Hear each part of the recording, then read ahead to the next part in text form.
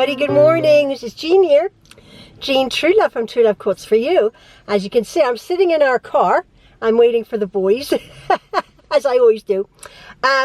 It is Monday, I believe July the 1st. Yeah, July the 1st. And we are on our way to a fair about an hour from where we live, the Kutztown Festival Fair in Kutztown, Pennsylvania. You might have remembered from months ago when Jen was visiting, my friend Jen, and we were at the quilt show, and she said, oh, we must go to the quilt show. It's in July. She always used to go with her grandmom. Well, got in touch with Jen, and she's like, we're going to be in Colorado. They actually are left for Colorado on Friday, and they're coming back next Monday or Sunday or something like that. So she said, I'm so bummed because it is a fair that runs, I believe it's a week. We haven't ever been. It's not in Amish country, but it's out that way. They're Mennonites and Amish people. So the thing that I wanted to hopefully share with you with my camera here is they have I believe it's called a quilt barn for sale. Quilts that people have entered and are wanting to sell or display. I don't know what that's all about. We are also, Ian, Maxwell and I are going on I'll tell you if it's any good, a coach ride around the area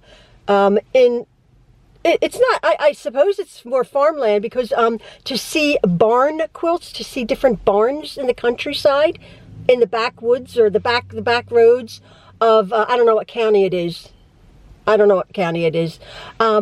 But we have booked that ticket. We've bought our tickets online, again, that we're going to the Kutztown Festival. And I had looked it up, and there was all sorts of different workshops and things to do. There was one, here comes Ian. Oh, with a plate of quiche. Oh, you bought your breakfast? Yeah, well, I brought something I needed. You say hello to the camera. Hello, camera. You bought quiche. Your famous quiche. How are you feeling, Ian? I couldn't leave it behind. I know. How are you feeling? Oh, people were wondering. My old joke. Yeah. With my hands. You're feeling with your hands. Anyway, so we're just waiting. I'm feeling good. Yeah. It's going to be a good day, isn't it? Yep. It's a beautiful day. The humidity has broken, hasn't it? Kutztown. Yeah. Folk Festival. Yeah. And you had wanted to go to that cooking demonstration or something? What was that all about?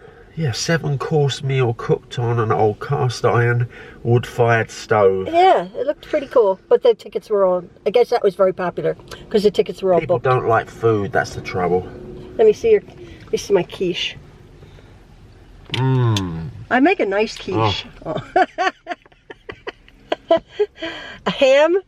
Couldn't leave without it. Broccoli, cheese quiche. Okay, folks, so we're going up to the fair.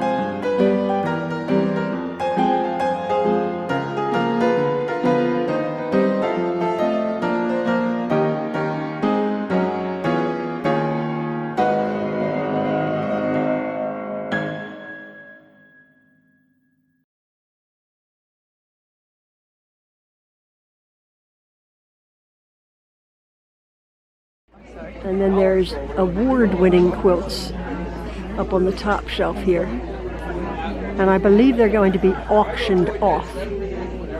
Look, at the end of the folk festival. At the end of the folk festival on Sunday, I believe. So all of these quilts are for sale. It's a feast for the eyes. Look at this.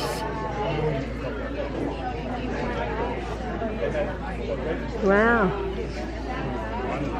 So I suppose you can submit a quilt and then everything is obviously for sale. So I guess I could have sold some of my quilts. Good money that they're getting. Good for these people.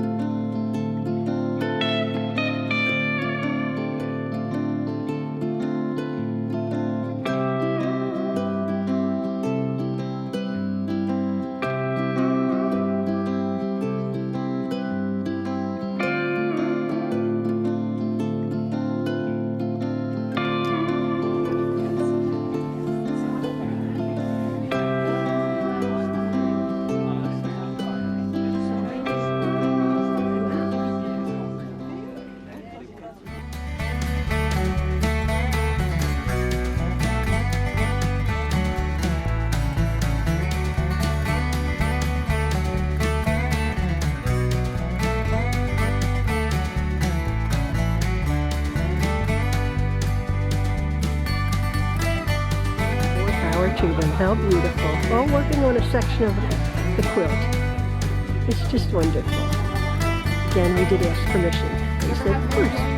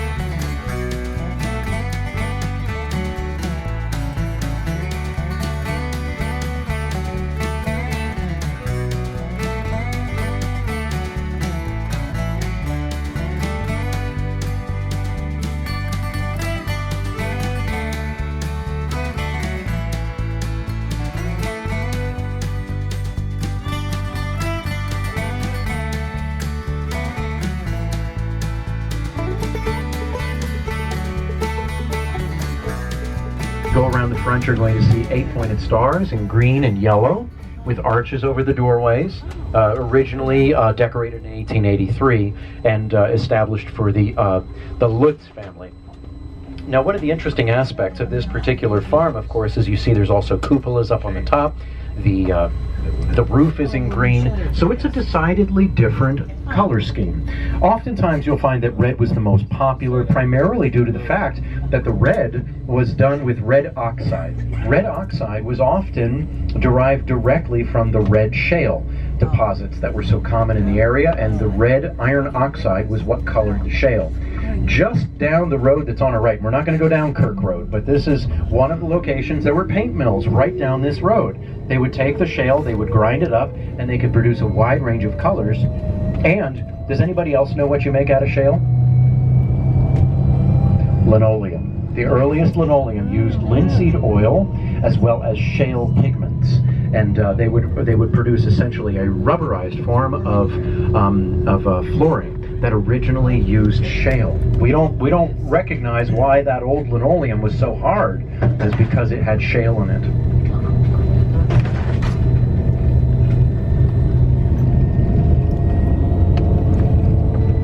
Modern linoleum is all petroleum based at this point.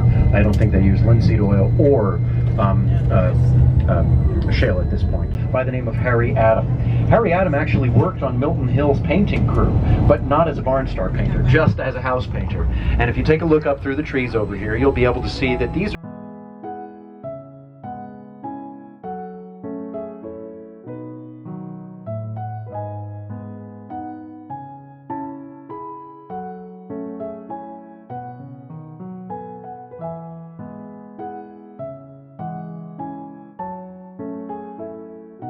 produce the border are very, very small, and so he took the idea that Milton Hill had done and he improved upon it in his own way, and produced a border that was very distinctive.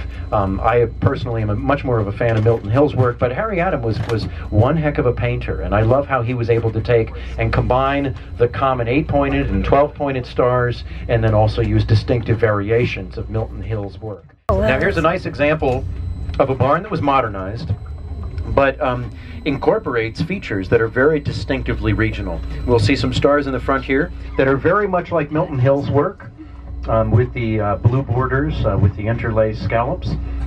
In the very center, you'll see that there is a sign for the farmer who raises Hereford cows. And the interesting thing you're going to see right here is that these cattle murals are a 20th century development in this area.